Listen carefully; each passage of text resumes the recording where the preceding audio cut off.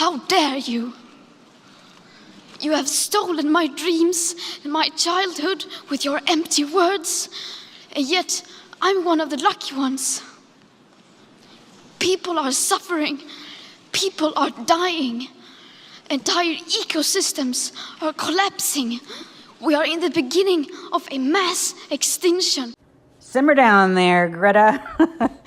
You guys might be wondering what Greta Thunberg has to do with Gilmer County. Well, I'm glad you asked.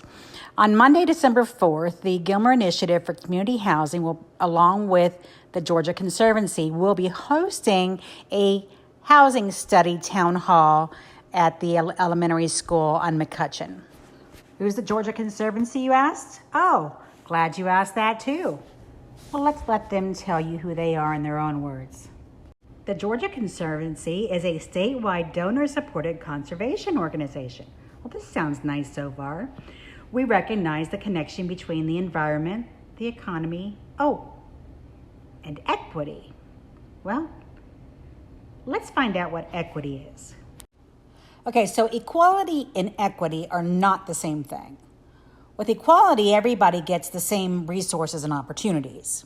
With equity, they look at the situation and they don't care why people have different footing. They just look at the different circumstances and say, hey, that person does not have what that person has. And they give them the extra they need to make sure that there's an equal outcome regardless of equal effort. So if you didn't go to college or you made bad choices in life, and as a result, you have a very low income or are unhireable, you get special privileges to make it so it's possible for you to own a home, just like the person who went to college and didn't go to jail. So let me give you an example of how in capitalism, affordability of housing works. In capitalism, you work hard. You want to have a home. You work hard. You do all you can to assure you have a home for yourself. So that means going to school. That means putting in extra hours. That means getting extra credits, continuing education, so on and so forth. You keep your credit score as high as you can to qualify for the best rate. Now, with equity, it doesn't matter what you did before. You could have spent your whole life in jail. You could have never worked a day in your life. You could have just come across the border. And you are entitled in equity to the same outcome as the person who went to college, who saved their money, who did without in order to acquire housing for themselves. This is equity or affordable housing. So now that we know what equity is, let's read that once again. The Georgia Conservancy is a statewide donor-supported conservation organization. We recognize the connection between the environment, the economy, and socialism.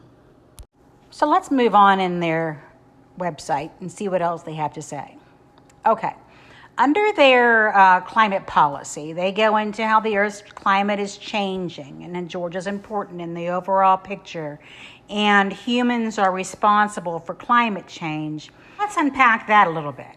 So humans, which are carbon-based life forms, are creating a carbon footprint. So because we exist, we are impacting the environment. We are negatively impacting climate.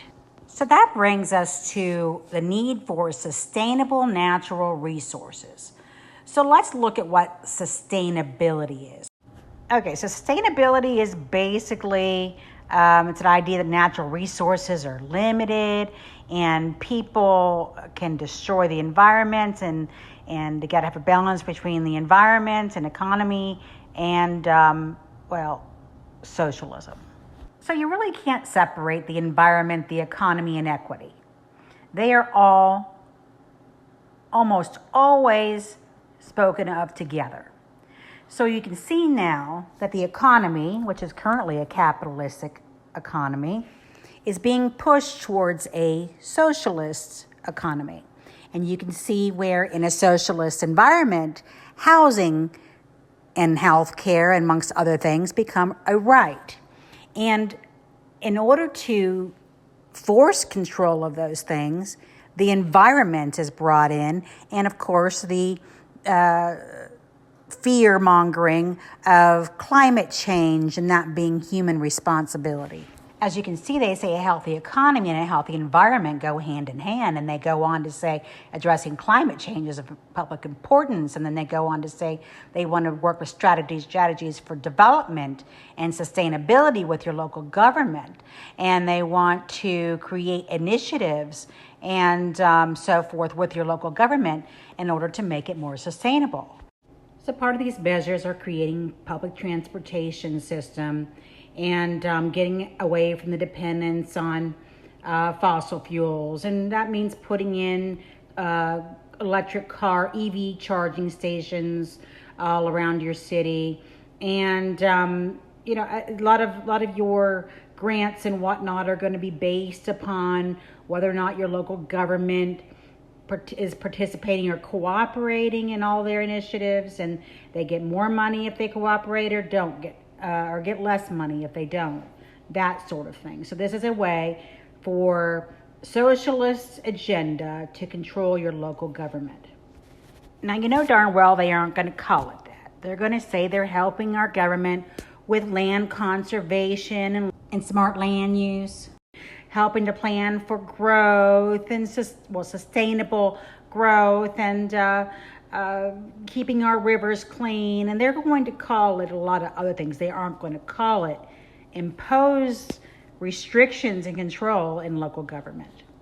All right, let's see what other goodies they've got for us on this GeorgiaConservancy.org website.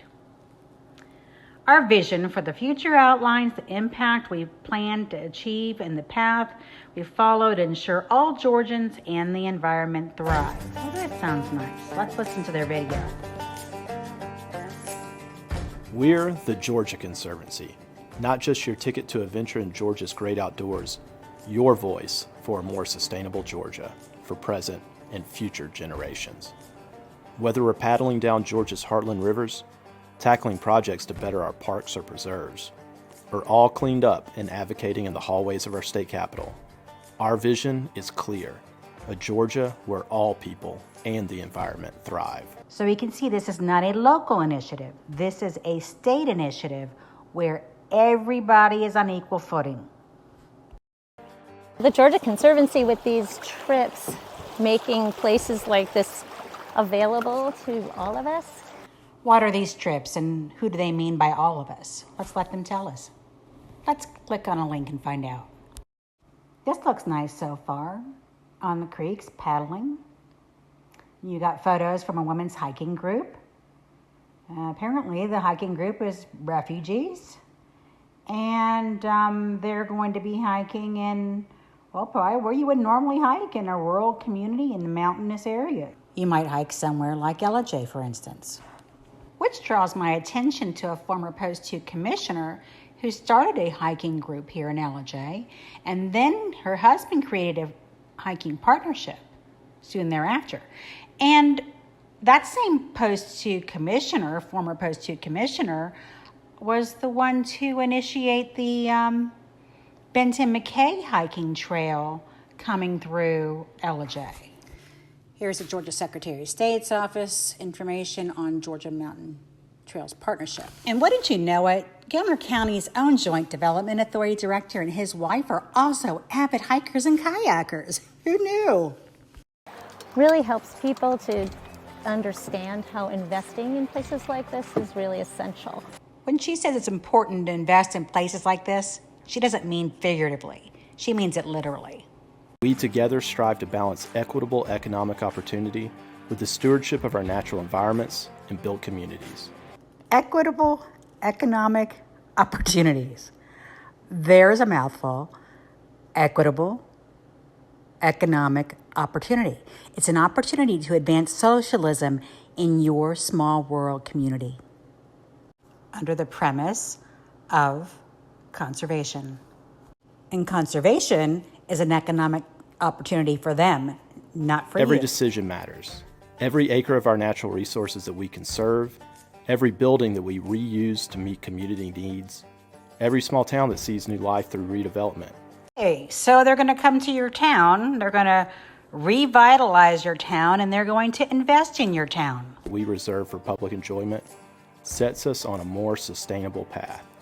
And we can't do this without you. Your support allows the Georgia Conservancy to forward our mission. Did you notice how he emphasized Together, our? we can realize our shared vision, a Georgia where all people and the environment So here's the thrive. part they tell you that as a nonprofit, they survive on the support of donors. And while that's true, that's not the whole story, but we'll come back to that later. So let's look at their 3-year plan. What do they have in mind?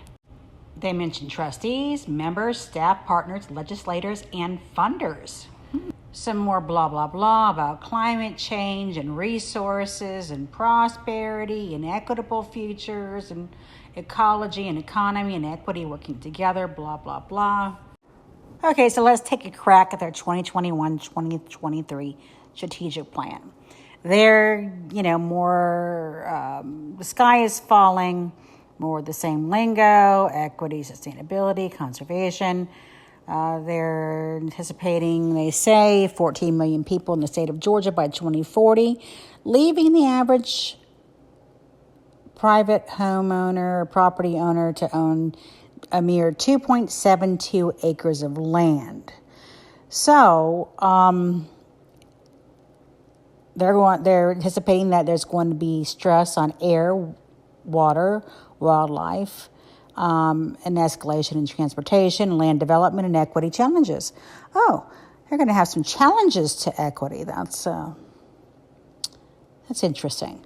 All right, let's take a look at their goals. They want to protect and restore a sustainable future. Okay, goal 2 is to position Georgia's communities to be more resilient to ecological, demographic, and economic stresses. What do you figure they mean by demographic stresses?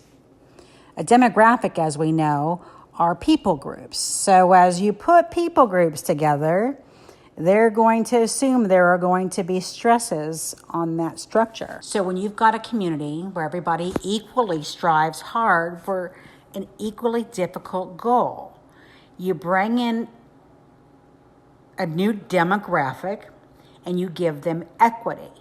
So suddenly you've got a 2-tiered justice system, you've got a 2-tiered social system, and you've also got a 2-tiered benefit system. So say you've got a no child left behind for a certain demographic. You've got a not an equal opportunity employer, you've got an equity opportunity employer. And not an equal opportunity housing, you've got an equity opportunity housing. So what we're looking at here is bringing the big city socio-political wokeness into a rural community. Not done incidentally, done intentionally. So when you hear about a town hall meeting being held locally between the Georgia Conservancy and the Gilmer Initiative for Community Housing, know that this is what you're being pitched. You are going to be pitched this model. It's not going to be pitched outwardly that way. They're going to call it affordable housing, and they're going to call it sustainability and economic development, and they're going to say all the right things. But the truth is, their own website tells you what the objective is. So like I said, it's all going to sound very nice. Everybody's going to want to have all these things, but it's not about you. It's about them. It's not about what you want. It's what their agenda is. Okay, so the next parts are pretty boring goals. 2, provide training for technical services and recommendations that encourage ecologically minded development and redevelopment of communities and cities. Okay, they're going to try to advance their agenda, create programs for that, provide reliable ecological information, blah, blah. So studies, okay, then you get into and to educate individuals and organizations, governments and businesses about stewardship of Georgia's natural resources. Okay, so that's engagement with organizations. So now they're really trying to create a synergy, if you will, between governments and businesses and making it a cooperative effort. Using the outdoors, increasing awareness of conservation efforts, blah, blah, blah. Let's go on to 4. Ensure stability, growth, ensure growth. Okay. We want to keep growing the foundation and keep increasing corporate giving. We haven't gotten into that yet. We mentioned that earlier. Haven't gotten back to the who are the donors, who are the investors.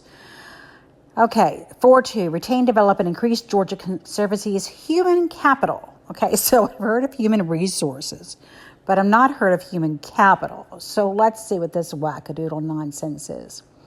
They want to add trustees, 4.2.2, to ensure that human capital can be most effective and efficient.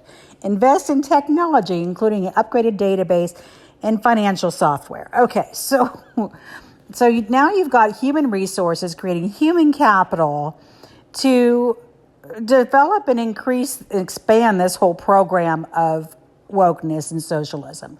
Okay, so let me take a break here for a minute and process some of this.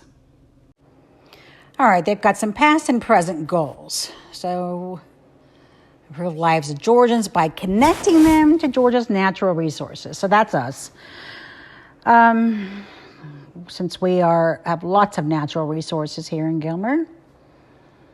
Let's see, virtual platforms, outdoor experiences for education. Oh, you all, we are in for a lot of fun.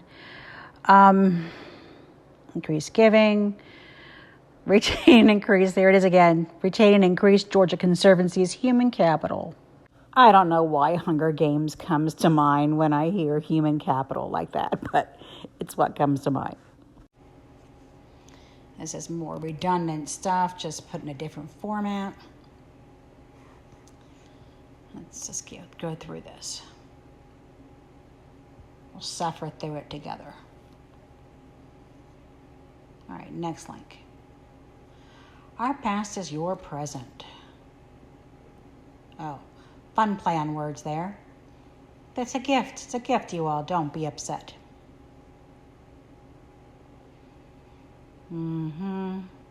Oh, well. This was birthed out of Haight-Ashbury flower child era in Georgia. That should give you an idea of what Georgia Conservancy is. Boomer flower children, all grown up, hoping to recognize the age of Aquarius.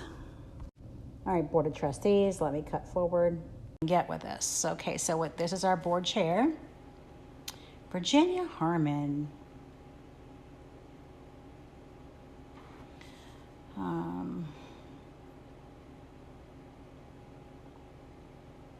Okay. Next link.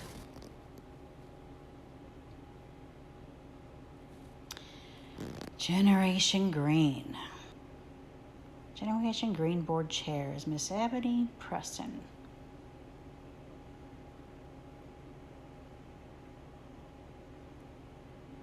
Appalachian Trail. Wait a minute. Member of the Appalachian Trail Conservancy. All right, we got an NAACP conservationist. Okay. Next. I'm learning so many things here tonight.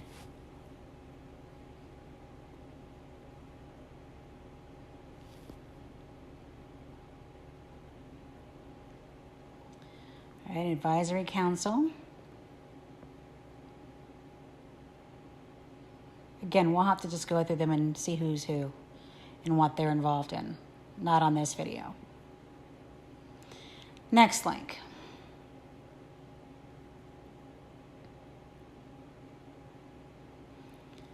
Oh, they've got featured photographers, people whose job it is just to film and video and take photos of all their awesome wokeness. Okay. And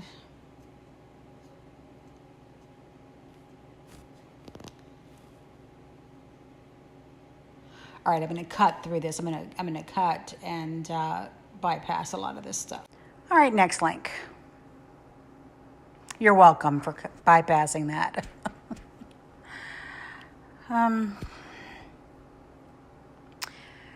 Financial documents. Oh, Lord.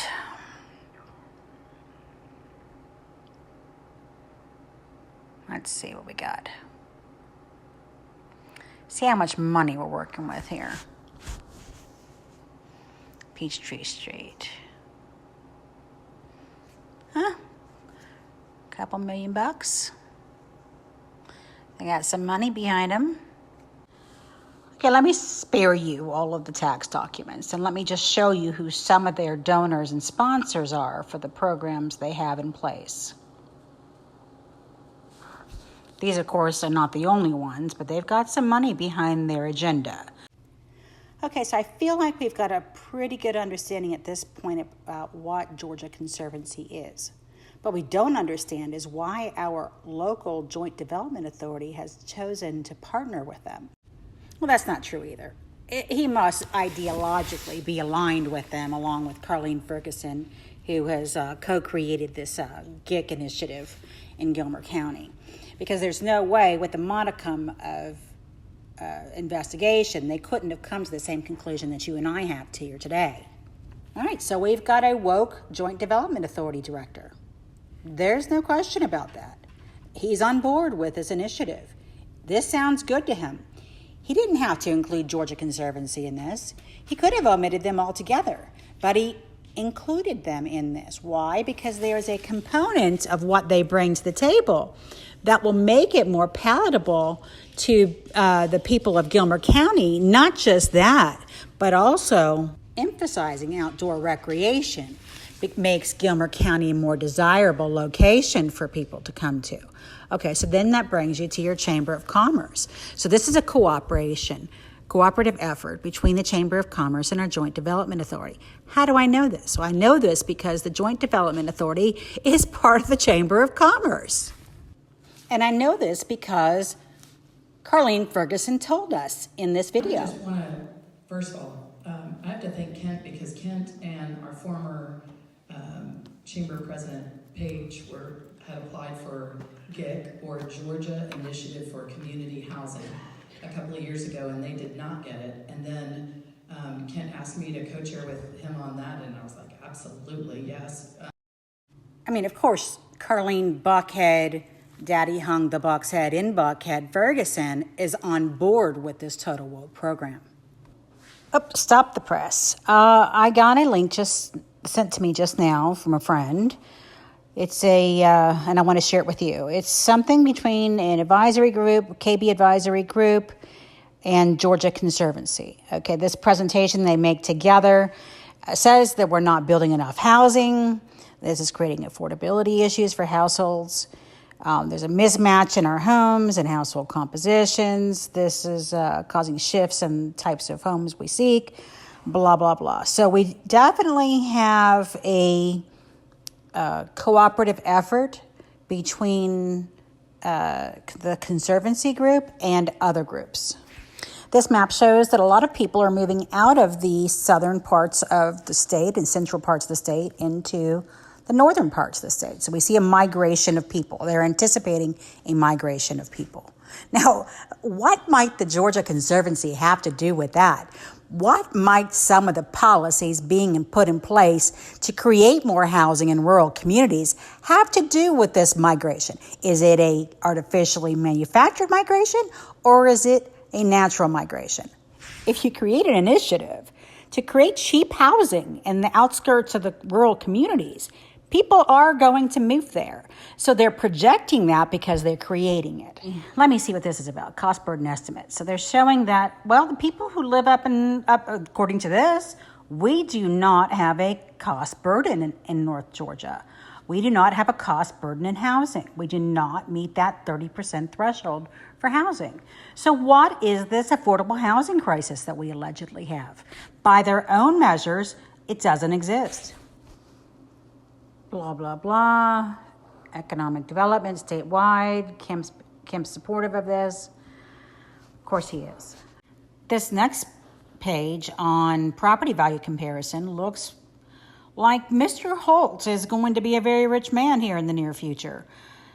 If you own property near downtown, you can expect your property value to be at about $3.607 million per acre. Wow. Mr. Hoyle, Al Hoyle, boy, oh boy, is he getting ready to be a multi-millionaire, if he isn't already. Of course, none of this happens without GIC. And that's why GIC is so important. We have got to push back on this initiative for community housing. We, the people of Gilmer County, have the right and the ability to say, no, we don't want this. We don't want to attract migration into Gilmer County. We've got to be smarter than to buy into the affordable housing mindset. That's not what this is about. This is about economic development. This is about making certain people very rich in a very short period of time. This is about advancing a woke agenda into our rural communities of Georgia. Okay, so I feel like there's a lot more to be unraveled there and unpacked, and I'm not going to get to it in this video because we're approaching 30 minutes and I haven't even begun to close up. So I'll try to do my best here to wrap this up as quickly as possible. If it was just Kent Sanford and Carleen Ferguson, this would be much easier. But we have the Gilmer Chamber of Commerce and the President, Jennifer Gilmer, on board with this GIC program. We've got Sandy Ott, former city council member and former mayoral candidate.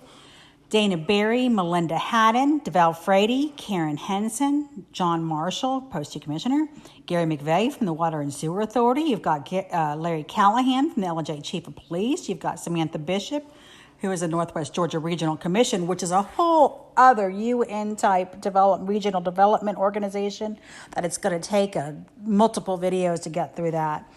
Okay, so then let's move on. Gretchen Lugthert, Patrick Burnett, Chamber Board, Julie Johnson over at Manor Lake. You got Patsy Kelly, who is a United Community Bank loan officer, and then her husband's a pastor at a church. You got Andrew Mathis, who's the building inspector. You've got Josh Moyers, who's the preacher over at First Baptist Church, LJ. You've got Robert Murillo from Pilgrims. You've got Lex Rainey. He used to be the principal at Gilmer County School Super. You've got Betsy Shepard, who is marketing for the Joint Development Authority. You've got, there's so many of them. You got Tiffany Watson. Okay, so she's with Gilmer Family Connections and the Gilmer Chamber Board Chair, and so on and so forth. So we've got a lot of people who have signed on with this initiative, who are on board, or either they are hoodwinked. I don't want to think negatively of all of them, okay? But they sure have signed on with this. They're on the GIC committee. They are working together to bring this affordable housing initiative, this woke agenda to Gilmer County. I'd like to think they don't know what they're on board with. I'd like to know they didn't know what they were signing up for. But I do know this. I know that Carleen Ferguson and Kent Sanford are fully aware of what they're doing. They are entirely on board with the woke initiative. Kimberly, you said you were going to wrap it up. Okay, let me wrap it up. Today while on Facebook, I saw this photo. There people were asking for help getting community involvement in this Habitat for Humanity house that's going. And that sounds like a really nice thing. It caught my attention. So I decided I'd like to learn more. Well, then I clicked on the next photo. And the next photo, well, my heart sank. Not because of the nice family that it's helping. Not because of anything else other than affirming to me that I'm not a Chicken Little. There is equity being put in place already.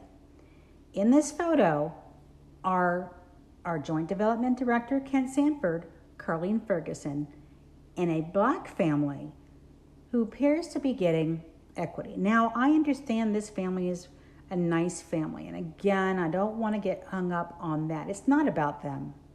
They're just being used to advance an agenda, to make their partners wealthy, to change the social dynamic, the voting bloc, and the culture in Gilmer County. It's not about preserving a white culture or rural culture here. What I'm talking about is Americanism, traditional Americanism, that Americana, the value system that makes America, that is America's backbone, where you equally work hard, you live with what you got, you make the best of what you have. It's not dog eat dog. It's everybody pitches in to help one another. And that doesn't need to be forced from the outside with some kind of initiative or forced agenda, woke agenda to make that happen. I don't know of anybody who wouldn't help any family here, regardless of their race, to through a tough time. So don't get lost in the fact that this is a black family. The fact that it's a black family just goes to prove that Mr. Sanford and Mrs. Ferguson are on board with this woke agenda, that Kimberly Reckless is not a crazy person. Now, I don't want to get hung up on Republican, Democrat, left, right. I don't. It's very clear these two individuals are not conservative, capitalistic Republicans. These two individuals behave like Marxists. Marxists change sociopolitical cultures and climates. Marxists use economic disadvantage to their own advantage. They say they're eliminating a two-class system, but what they're really doing is promoting a two-class system, the haves and the have-nots. So while you're sitting on your 100 acres of farmland, they don't care that your family has owned it forever. They don't think you should have it. They think you should have that 2.72 acres on average that their studies refer to. And they'll use whatever means are necessary to make it happen. They'll use equity. They'll use climate alarmism. And they'll collaborate together to make it happen and make themselves very rich and powerful. It's fitting to close this video out with this. A social Marxist who's using climate alarmism to advance her own personal agenda to make herself wealthy under the pretense of social justice. But climate change is different because we have an expiration date. And the IPCC report says we've got 12 years to turn it around. Yeah. 12 years. Millennials and people and Gen Z and all these folks that come after us are looking up, and we're like, the world is going to end in 12 years if we don't address climate change. And your biggest issue is how are we going to pay for it? And this is the war. This is our World War II. Okay, I think she meant World War III, but you don't have to be sharp to be a Marxist. She said all this 4 years ago. And so that 12-year mark was going to be 2030. Now, I love a conspiracy theory as much as the rest of them, but at this point, this is not a conspiracy theory. This is unfolding fact revealed. Gilmer community, we're going to need you to start showing up at some meetings. We're going to need your help to push back on this global agenda of wokeness here in Gilmer. Join the Keep Gilmer Rural Facebook page and subscribe to this channel. If you made it this far, thank you for staying to the end.